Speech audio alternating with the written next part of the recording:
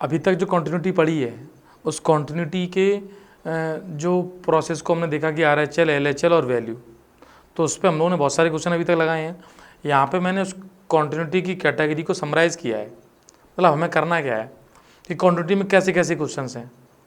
तो एक तो क्वांटिटी चेक करनी है हमें, जैसे हेडिंग क्या पड़ी हुई है, टाइप फर्स्ट है, on testing continuity of a function at A point when the function has the same definition on both side of the given point.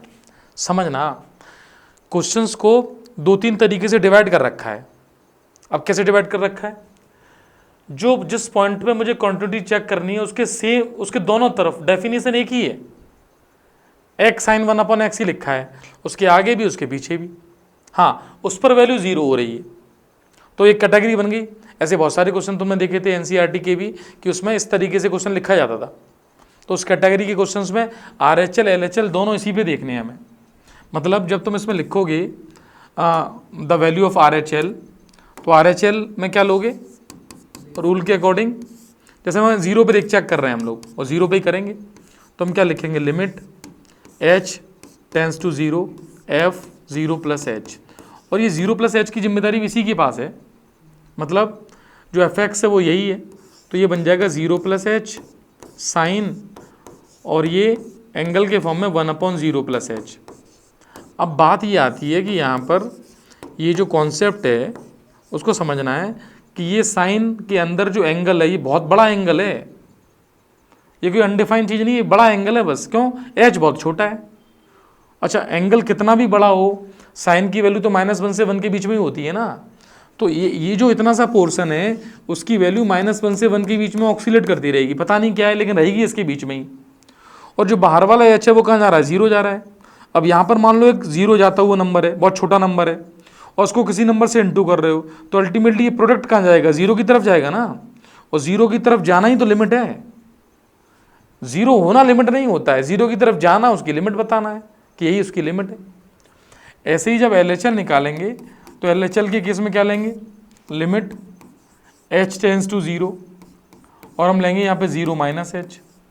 अच्छा, 0 - h जब लिया हमने तो h को रख देंगे 0 - h फंक्शन में, जो भी x है यहाँ पे, तो ये हो जाएगा 0 - h मतलब -h, और साइन 1/0 - h 1/-h, h है ये, ठीक है, माइनस बाहर आ जाएगा, तो ये अल्टीमेटली फिर ध्यान से देखो ये बन जाएगा h इंटू साइन, और इसका एंगल 1/h।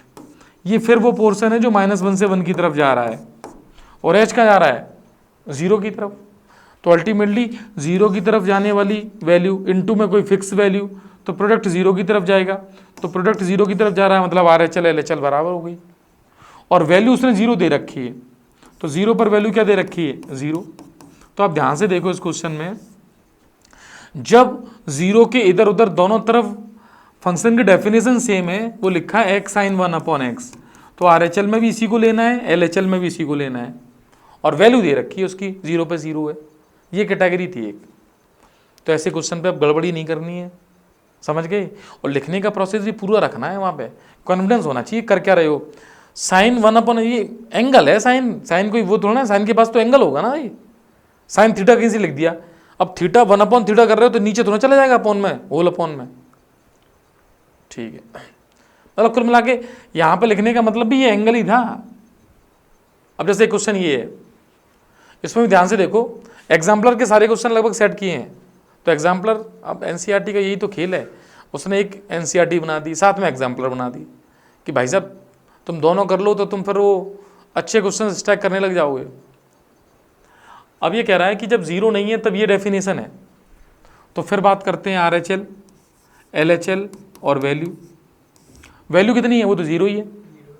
अच्छा, अब RHL को देखते हैं, तो limit h tends to 0 f 0 + h, तो दोनों डेफिनेशन वहीं से लेनी है, समझना ध्यान से। तो 1/0 + h यानी 1/h हो गया, -1 अपॉन ये फिर 1/h हो गया, और +1, लिमिट h टेंस टू 0। अब एक समझदारी वाली बात ये है, और जो यहाँ बहुत ज़रूरी है, कि e⁻x उसके ग्राफ से हमें उसकी लिमिट को पता होना चाहिए। देखो e टू पावर x का ग्राफ है, मैं साइड से यहाँ बना देता हूँ। e टू पावर x का ग्राफ इस तरीके का होता है, ऐसा। मतलब जब ये x इन्फाइनाइट की तरफ जाता है तो ये भी इन्फाइनाइट की तरफ जाता है, और जब ये माइनस इन्फाइनाइट जाता है तो जीरो जाता है। तो तुम्हें ये याद रखना है कि e to power minus infinite zero होता है। हालांकि लिमिट के फॉर्म में लिखा है, ये तुमने माइनस इन्फाइनाइट लिख ही नहीं सकते, वो टेंस टू माइनस इन्फाइनाइट है कि जब x, मतलब x ऐसा है, इधर माइनस इन्फाइनाइट, बहुत छोटा नेगेटिव नंबर है, तो e to power minus infinite की वैल्यू जीरो की तरफ टेंड करेगी। ये भी लिमिट का ही क्वेश्चन है। अच्छा, अब यहाँ पे जीरो जा रहा है तो ये जाएगा e टू पावर इन्फाइनाइट। अच्छा, इन्फाइनाइट माइनस वन और इन्फाइनाइट प्लस वन यदि देखोगे ना, तो ये तो वही इन्फाइनाइट अपॉन इन्फाइनाइट फॉर्म हो जाएगी। तो समुद्र में से कोई एक चीज माइनस करके काम नहीं चलने वाला है कि इन्फाइनाइट में से एक माइनस कर लिया तो छोटा हो गया। इसका मतलब है मुझे अब इसमें इनडिटरमिनेट फॉर्म को डिटर्मिनेट करना पड़ेगा, कुछ वैल्यूज इसकी फाइंड करनी पड़ेगी। कैसे निकालेंगे? तो उसके लिए लॉजिक क्या कहता है, कुछ ऐसा कुछ करो जिससे कि इसकी वैल्यू सिंप्लीफाई हो जाए। तो पता है e to power one upon s से डिवाइड कर दो, न्यूमरेटर डिनोमिनेटर को, दोनों को। अच्छा बताओ, यहाँ डिवाइड करोगे तो क्या आएगा?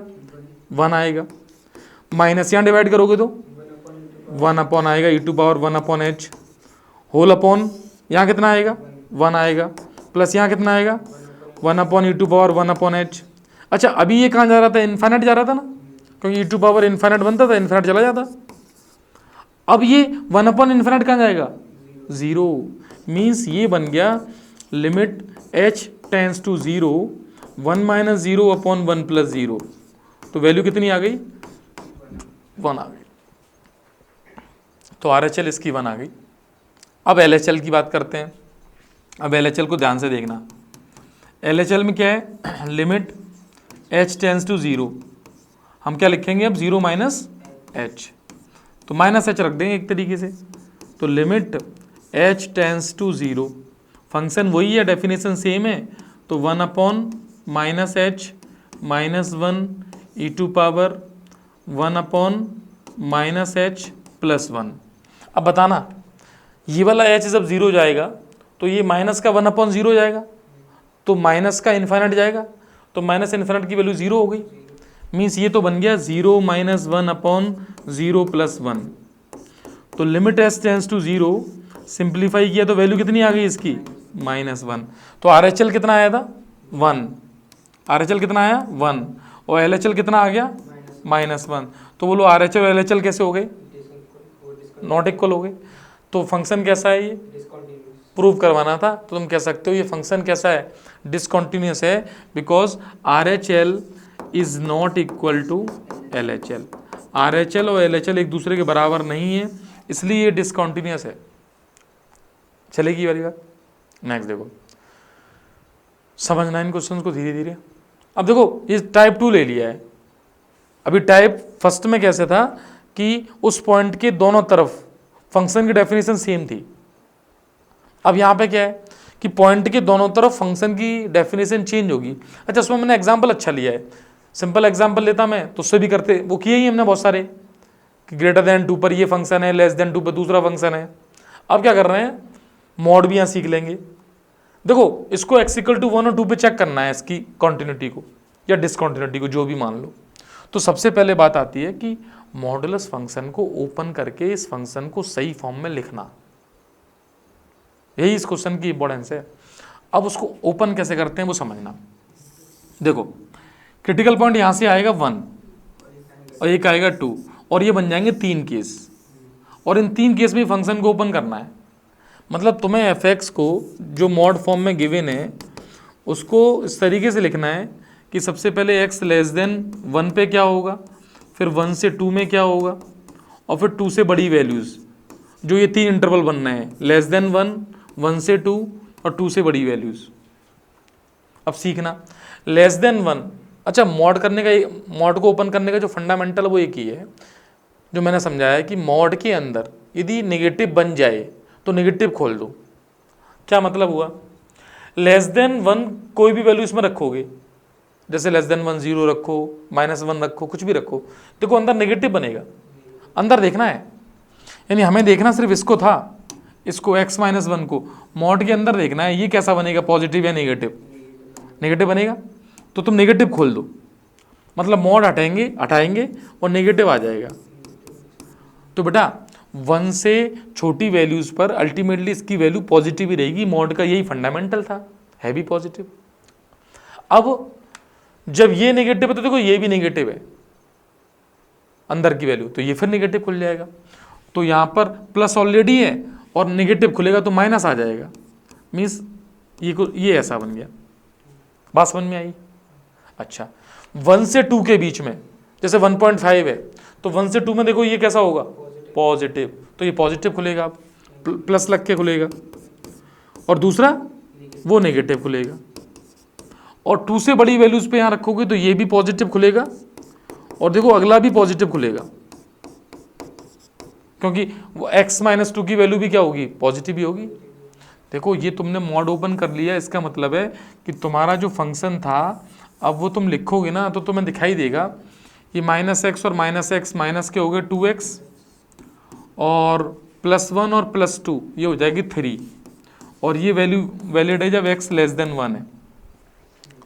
ऐसे यहाँ पर इस x से x कैंसिल हो जाएगा और -1 + 2 ये 1 आ जाएगा, और ये वैल्यू है जब x 1 से 2 के बीच में है। और यहाँ पर देखोगे 2x - 3 आएगा, 2x - 3 जब x की वैल्यू 2 से बड़ी है। ये फंक्शन बना जो फंक्शन हमें देखने में ऐसा लग रहा था। अब मुझे बताओ 1 के इधर उधर देखो वैल्यूज चेंज हो रही हैं, डिफरेंट वैल्यूज हैं। पिछला जो टाइप था उसमें फंक्शन एक ही था दोनों तरफ, यहाँ <1 पर फंक्शन ये, <1 पर फंक्शन ये, <2 पर फंक्शन ये, <2 पर फंक्शन ये। तो तुम्हें कहाँ चेक करना है, 1 और 2 पे। और ये कह रहा है कि डिस्कस करो इसकी कॉन्टिन्यूटी 1 और 2 पे। अब बेटा डायरेक्ट भी डिस्कस कर सकते हो, जैसे पता है <1 पे निकलेगा LHL, और तुम देखो यहाँ पे 1 रख के देख लो तो -2 + 3 1 आ जाएगा, तो LHL भी 1 आएगा, RHL भी 1 दिए रखा है, और वैल्यू भी 1 ही आएगी। इक्वल का साइन तुम कहीं दोनों में कहीं भी लगा सकते हो, मैं यहाँ लगा दे रहा हूँ क्योंकि दोनों पे वैल्यू सेम आ रही है। ऐसे 2 रखने पर वैल्यू तुम देखोगे ना 1 आएगी दोनों केसेस में, तो इक्वल इसलिए मैंने बीच में लगा दिया। अब देखना 2 पे चेक किया तो 2 ये क्या कहलाएगा, LHL <2 है, और यहाँ से क्या निकलेगा, RHL <2 है।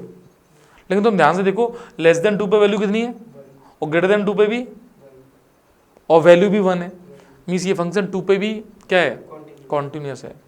और पता ग्राफ बना के देखोगे ना तब भी तुम देखोगे कि इसका ग्राफ ऐसा निकल के आ रहा है कि लगातार कहीं गैप ही नहीं मिलेगा। अच्छा ग्राफ बनाने के लिए जैसे इस डेफिनेशन को यदि मैं थोड़ा सा ग्राफिकली तुम्हें यहीं समझाऊं, अगले पेज पे तो क्या ले जाते हैं, यहीं देख लेते हैं हल्का सा। जैसे सपोज ये मैंने बना ली x एक्सिस, मान लिया, ठीक चल जाएगी। अब ठीक है, अब ये मान ली मैंने x एक्सिस है। अब पता है यहाँ पे मुझे 2 पॉइंट डिसाइड करने, एक 1 है और एक 2 है। अब 1 पे वैल्यू कितनी आ रही है, 1 आ रही है, यहाँ पे रखो, तो यहाँ से स्टार्ट कर लो, 1 मान लो, समझने के लिए बस मान लिया। अच्छा ये नेगेटिव स्लोप का ग्राफ बनेगा, और ग्राफ नेगेटिव स्लोप का मतलब इस तरीके ग्राफ आएगा। अब ये ऑब्टूज एंगल बनाने वाली लाइन बनेगी एक्चुअली, मीन्स ये ग्राफ कुछ इस तरीके का बनेगा, ऐसा कलर कर देता हूँ उसको, इस तरीके का ग्राफ आएगा, ये लाइन ऐसी स्ट्रेट लाइन। मीन्स जब तुम -∞ पे वैल्यू रखोगे कुछ भी तो वैल्यू इसकी तो बड़ी बड़ी आएंगी, वैल्यू रख के देख लो, -10 रखो, 10 × 2 20 23 आएगी वैल्यू। अब देखो 1 से 2 के बीच में आएगी स्ट्रेट लाइन ऐसी लगातार, ये लाइन 1 से 2 के बीच में, ठीक है।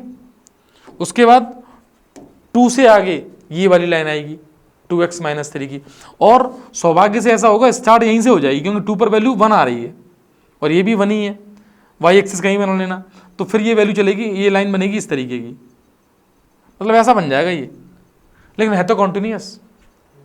अच्छा ग्राफ देख के तो एक चीज़ और समझाएं तुम्हें, डिफरेंशियबिलिटी मैंने बताई थी, तो पता है ये 1 और 2 पर डिफरेंशिएबल नहीं होगा। और पता है इसको डायरेक्ट भी देखा सकता है, जैसे इसका डेरिवेटिव करोगे -2 आएगा, उसका डेरिवेटिव 0 आएगा, तो 1 पर भी नॉन डिफरेंशिएबल है, इसका डेरिवेटिव 0, इसका फिर 2 आएगा। तो इसलिए क्या बताया था कि कॉर्नर पॉइंट पे डिफरेंशिएबल होते नहीं है, ये कॉर्नर पॉइंट ही तो है।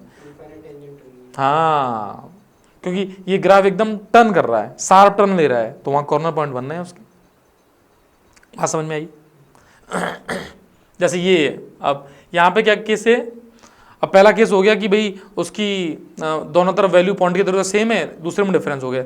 तीसरा केस है कि ऐसे क्वेश्चन जिसमें तुम्हें कॉन्टिन्यूटी दी जाएगी, कोई अननोन फाइंड करना है, इसी तरह के क्वेश्चन किए हैं लगभग हमने, तो वो तीसरा टाइप आ गया।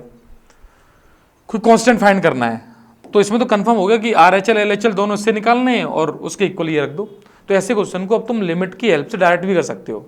मतलब तुम्हें इस क्वेश्चन में क्या करना चाहिए कि RHL LHL मतलब इसकी लिमिट x टेंस टू 0 पर, और बेटा लिमिट में तुम चाहो ना 11th क्लास की लिमिट फंडामेंटल अच्छी हो तुम्हारी, तो तुम एक चीज़ समझ सकते हो, ये पूरा एक कॉन्सेप्ट है 1 माइनस कॉस थीटा अपॉन, मैंने ये बताया था कि 1 minus cos cloud upon cloud square.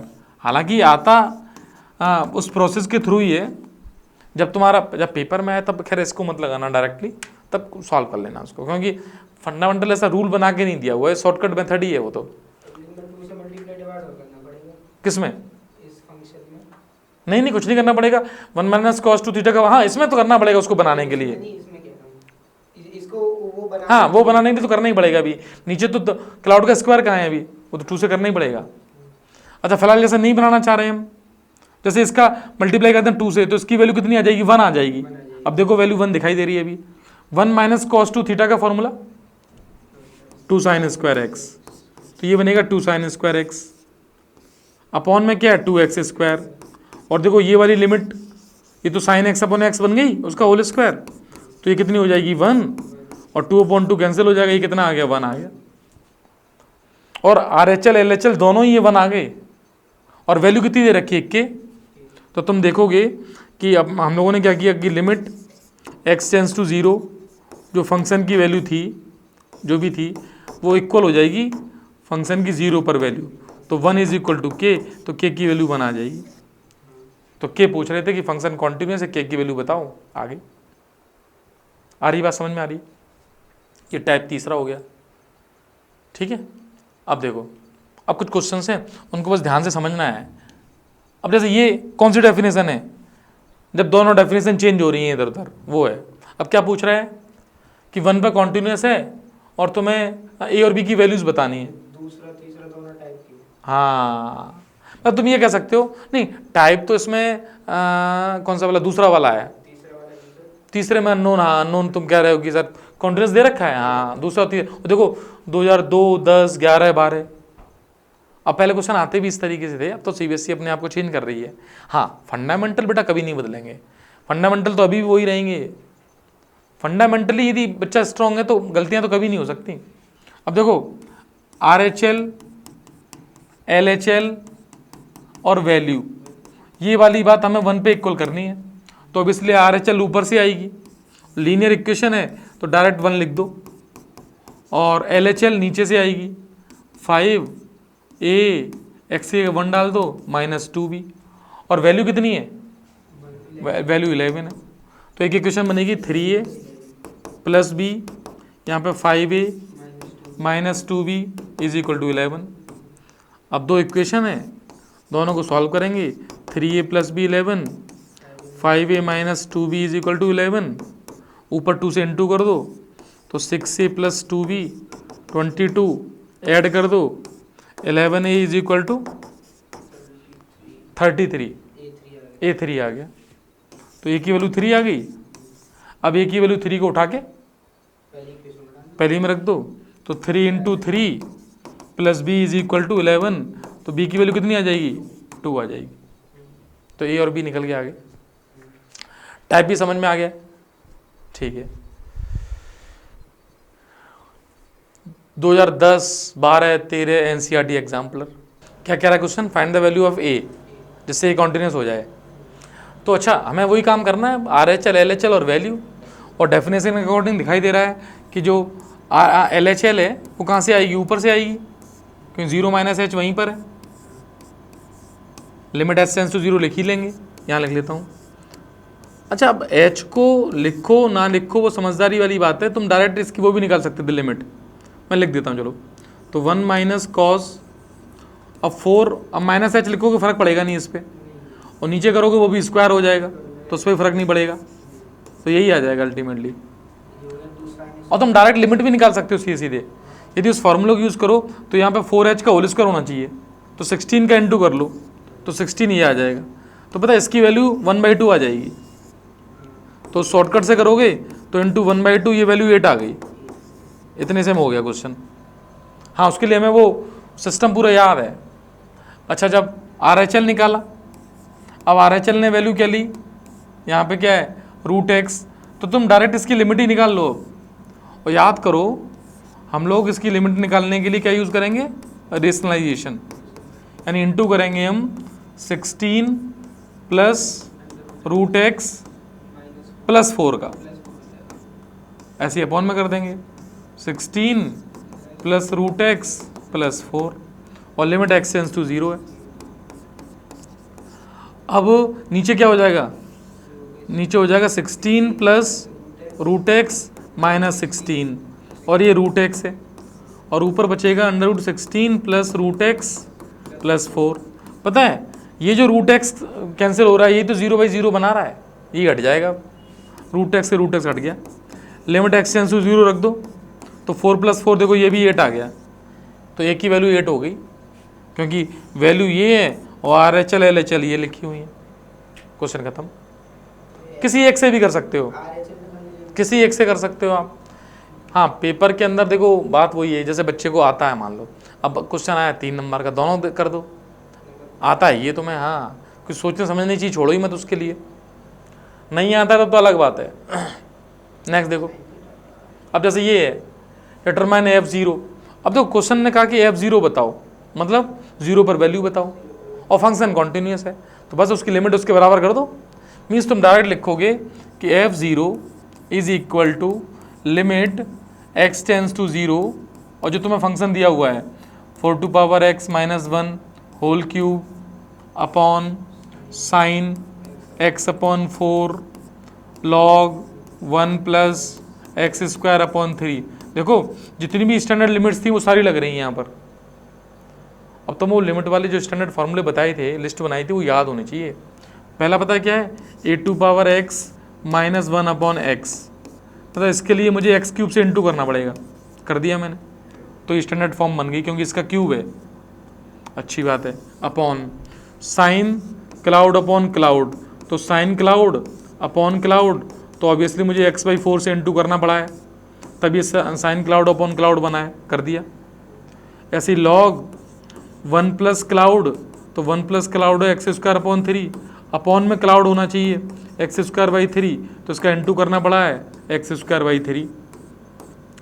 अब जितनी भी स्टैंडर्ड लिमिट्स यदि हमें याद हैं तो उससे काम हो जाएगा, तो ये बन जाएगा log a, तो log a का log 4 का क्यूब आ जाएगा, ये 1 हो जाएगा, और ये वाला पोर्शन भी 1 हो जाएगा, जो बचेगा वो x बचेगा, मतलब लिमिट x टेंड्स टू 0, ये हो गया log 4 का होल क्यूब, ऊपर का जो x³ है वो तो यहाँ x³ से कट गया, और 4 × 3 12, वो 12 ऊपर आ जाएगा, तो बस यही आंसर आ गया 12 log 4 a³, log 4 का होल क्यूब। अब क्या पूछ रहा है, इसकी वैल्यू, तो यही वैल्यू आ गई, मतलब f0 का आंसर ये हो जाएगा, this is equal to f0 12 log 4 whole cube. समझ गए? नेक्स्ट देखो, देखो fx ये गिवन है, x not equal to π/4, find the value of f π/4, तो f π/4 तो यहाँ रख दो डायरेक्ट π/4, तुम π/4 रख के देखोगे, अच्छा तो 0/0 फॉर्म बने ही है। देखो हमने लिमिट पढ़ी, कॉन्टिन्यूटी पढ़ी, तो समझ में आ गया कि रखने पर यदि 0/0 फॉर्म बन रही है तो हमें उसकी लिमिट निकालनी पड़ेगी, मतलब जिससे कॉन्टिन्यूस भी हो जाए। तो अल्टीमेटली पिछले क्वेश्चन की तरह ही कि π/4 पर इसकी वैल्यू निकालनी है, तो ये हो जाएगी लिमिट x टेंड्स टू π/4, और वो फंक्शन आ जाएगा। फंक्शन क्या है, √2 cos x - 1 upon cot x - 1। अब तुम्हें जो जो तरीका आता हो तुम यूज़ कर लो उसमें। अच्छा मैं क्या करूँगा, देखो सबसे पहले मैंने काम किया, ये 0/0 फॉर्म है, ये कन्फर्म है, चेक करके देख सकते हो। अब लिमिट निकालने के लिए मैंने क्या किया, ऊपर ऐसे ही रहने दिया फिलहाल, √2 cos x -1। ठीक, मैंने यहाँ पर इसको लिख दिया cos x upon sin x और एलसीएम ले लिया, तो cos x upon sin x, तो अपॉन वाला sin x मैंने ऊपर भेज दिया। बोलो यहाँ तक क्लियर है? लिमिट x टेंड्स टू π/4, π/4 पे बात चल रही है भैया, 0 पे नहीं, क्योंकि ये π/4 पे पूछ रहा है हमसे। अब क्या करें, अब देखना, मैं यदि इस √2 को बाहर निकालूं तो मुझे cos x -1/√2 मिलेगा। क्यों सोच रहा हूं, हालांकि पता है समझदार बच्चा तो ऑब्जेक्टिव क्वेश्चन करेगा तो डीएल लगा के निकल जाएगा, लेकिन लगना तुम्हें ये सीखना भी है। मैंने एक काम किया, √2 से मल्टीप्लाई और डिवाइड किया। 0/0 फॉर्म बनाने वाला सिस्टम यही है और उस सिस्टम को हटाना पड़ेगा। तो मैंने क्या किया, इसमें √2 से मल्टीप्लाई और डिवाइड, मतलब √2 से डिवाइड और √2 से मल्टीप्लाई। अब √2 से जो डिवाइड और मल्टीप्लाई किया है उसको ध्यान से समझना। ये मैं √2 बाहर ऐसे लिखूंगा, यहाँ लिखूंगा cos x इंटू 1/√2 और माइनस sin x इंटू 1/√2, और ऊपर वाले में यदि √2 कॉमन ले लूँ मैं तो ये बचेगा cos x -1/√2, ऐसे बचेगा। और ये sin x है ही, ये √2 से √2 कैंसिल, सही बात है, और जो भी है सही है। अच्छा, अब मैंने देखा ये cos a - b का फॉर्मूला बन गया। देखो cos a into cos b minus sine into cos a plus b का। अब ये ट्रिग्नोमेट्री इतनी अच्छी होनी चाहिए भाई साहब। ये cos a into cos b, यानी इसको लिखूंगा π/4 cos a into cos b minus sine into sine b, means ये बनेगा लिमिट x टेंस टू π/4, ऊपर जो है वो तो यही है cos x -1/√2, उसमें कुछ नहीं कर सकता मैं। नीचे बन गया cos x प्लस π/4 और ये sin x आ रहा है, ये फॉर्मेशन चला गया। अच्छा, अभी मैं रखूंगा जब π/4 तो पता नीचे cos 90 बन जाएगा, और अभी भी 0/0 फॉर्म ही बनना है, कुछ हुआ ही नहीं है, क्योंकि 0/0 फॉर्म से अब क्या कर लोगे, चेंज नहीं कर पाओगे। यहाँ पर ये बनना है।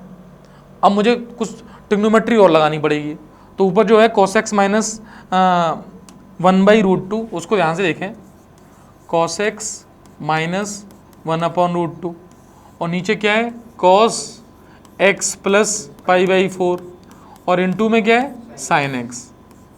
अब करते करते यहाँ हाथ हो गई हैं। अब लिमिट इस तरीके से करने के अलावा चार हाथ तो नहीं बच रहा, तो यही कुछ ना कुछ इसमें खुरापात करनी पड़ेगी।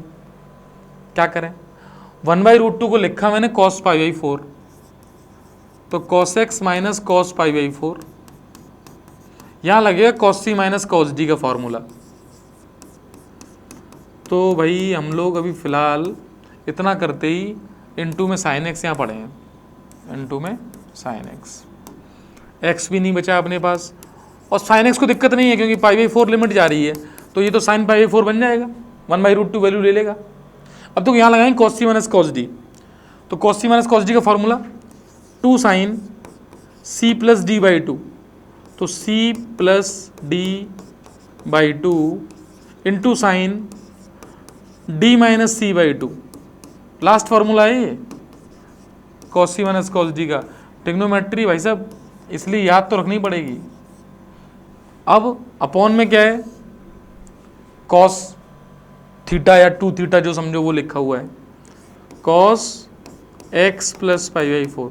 पता है अभी इसको जीरो कौन बना रहा है, यदि ध्यान से देखा जाए कौन जीरो बना रहा है इसको, इस पूरे सिस्टम को 0/0 क्यों कौन बना रहा है। जैसे अब तो ये भी बना रहा है ये वाला पोर्शन, क्योंकि π4 माइनस π4 0 कर देगा। ये नहीं बना रहा है और ये भी नहीं बना रहा है, ये बना रहा है और ये बना रहा है, क्योंकि जैसे π4 डालोगे तो π4 माइनस π4 0, तो साइन 0 हो गया और यहाँ पे 90 हो जाएगा, तो ये दोनों 0 बना रहे हैं। इन दोनों में कुछ ना कुछ खतरनाक काम करना है, कैंसिल आउट होना है। अच्छा वो क्या बन गया, ये π/, मतलब एक तरह से एक एंगल का हाफ एंगल बन गया। तो भाई साहब इसमें खुरापात अब करनी पड़ेगी। अब खुरापात ट्रिग्नोमेट्री की कर रहा हूँ मैं, देखना cos थीटा को कॉस थीटा को क्या मैं लिख सकता हूँ साइन 90 माइनस थीटा, यस और नो, लिख सकते हैं। तो इसको मैं लिखूंगा साइन 90 माइनस थीटा, मतलब मैंने 2 साइन, मैं तुमसे दिखा रहा हूँ, इसको मैं थीटा ही थीटा मत मानो, इसको ऐसे ही रहने दो, क्योंकि ये तो बेचारा अच्छा सा मामला है, इसमें कुछ करने वाली बात नहीं है। 1/2 ऐसे लिख दे रहा हूँ मैं, एक ही बात है, ठीक। x/2 π/4 की जरूरत, इसको देखना, इसको मैं लिखूँ ऐसे, इसको थीटा मान के π/4 माइनस इसको थीटा मान के, तो कुछ θ/2 टाइप का लग रहा है तुम्हें, ये ऐसे थीटा है और अपॉन में क्या है 2 इंटू साइन एक्स है, ठीक। अच्छा होल अपॉन देखना, होल अपॉन ये लिखा हुआ है, मैंने इसको वहां से चेंज किया तो इसको लिखा 90 माइनस थीटा, तो बताओ 90 और माइनस करूंगा मैं 90 माइनस π/4 प्लस एक्स, सॉल्व करूंगा तो ये बचेगा π/4 माइनस एक्स, ऐसे बचेगा ये π/4 माइनस एक्स, ऐसा एंगल बन गया ये। अब सुनना, अब मैं इसमें लगाऊंगा साइन 2 थीटा का फॉर्मूला, मतलब इसको थीटा नहीं 2 थीटा समझूंगा, तो साइन 2 थीटा का फॉर्मूला क्या होता है 2 sine theta into cos theta, मतलब ये एंगल आधा हो जाएगा। तो लिमिट यहाँ वो चली रही है, लिमिट तो रेगुलर तो मैं लिखनी है, x tends to π/4 x tends to π/4, समझना अब इस जगह मैं इसको यहीं लिख दे रहा हूँ इस जगह, ठीक। देखो इससे कोई दिक्कत नहीं है, इसमें तुम चाहो तो π/4 डाल दो, तो बताओ π/4 प्लस π/4 π/2 बन जाएगा, और π/2 का आधा यानी π/4 हो गया, तो 2 साइन π/4 लिखा हुआ ये, लिमिट x टेंस टू π/4, यहाँ लिखा है 2 साइन π/4 इंटू, पीछे भी देखो इसमें ये भी π/4 लिखा हुआ है, तो स्क्वायर कर दिया मैंने, 2 साइन π/4 का स्क्वायर, पीछे वाला भी यहीं लिख दिया। इसको देखना, ये लिखा है sine π/4 minus x whole upon 2, और होल अपॉन में ध्यान से देखना, यहां पे साइन 2 थीटा का फॉर्मूला लगेगा 2 साइन θ/2। अब देखना ये θ/2 करोगे ना तो यहां ऐसे आ जाएगा, ये थीटा और उसका आधा, ऐसे ही कॉस θ/2 आएगा, इनटू में जगह नहीं है यहां पे, समझना θ/2 लिखा हुआ है। अब देखो 2 से ये 2 कैंसिल, ये वैल्यू कितनी है 1/2 का स्क्वायर, तो 1/2 है, तो 1/2 मैंने ये लिख दी। पता बेटा ये एंगल और ये एंगल कैंसिल हो जाएंगे, पूरा सेम ही है, देखो साइन, तो ये साइन पूरा साइन कट जाएगा, तो नीचे बचेगा 1 अपॉन कॉस, ये बचेगा π/4 माइनस थीटा अपॉन 2, या एक्स है जो थीटा नहीं है भाई, एक्स है, इस एक्स को क्या डालना है मुझे π/4, तो π/4 माइनस π/4 0, और कॉस 0 की वैल्यू 1 होती है, तो ये अल्टीमेटली पूरा सॉल्व करके आ गया 1/2। तो भाई साहब इस क्वेश्चन ने जो यहाँ से स्टार्ट हुआ था कि इसकी वैल्यू बताओ, तो इसकी वैल्यू का आंसर आएगा 1/2। अगर लिमिट अच्छी नहीं होगी ना तो देखो क्या क्या चल रहा है, लिमिट, ट्रिग्नोमेट्री, सब कुछ आ रही है, और ट्रिग्नोमेट्री के वो सारे कन्वर्जन, तुम्हें क्या लग रहा है मैथ्स में बेसिक फंडे तो क्लियर होने चाहिए भाई साहब, ये सारे फॉर्मूले फिट किए, तो इसको आराम से थोड़ा समझ के नोट भी कर सकते हो। और समझना देखो बिना अच्छी लिमिट के ऐसे क्वेश्चन तो नहीं कर पाओगे। हाँ कोई डीएल लगा दे, हाँ तो लगा देते हैं डीएल बच्चे कि भाई cos x का डिफरेंशिएशन कर लेंगे, cot x का भी डिफरेंशिएशन कर लेंगे, हो जाएगा उससे। लेकिन ऑब्जेक्टिव में मतलब सीबीएसई एनसीईआरटी एग्जाम्पलर है, सिखा तो रहा है तुम्हें, अब बोर्ड में आना ना आना वो तो अलग अलग मैटर है, हमें तो सीखना है।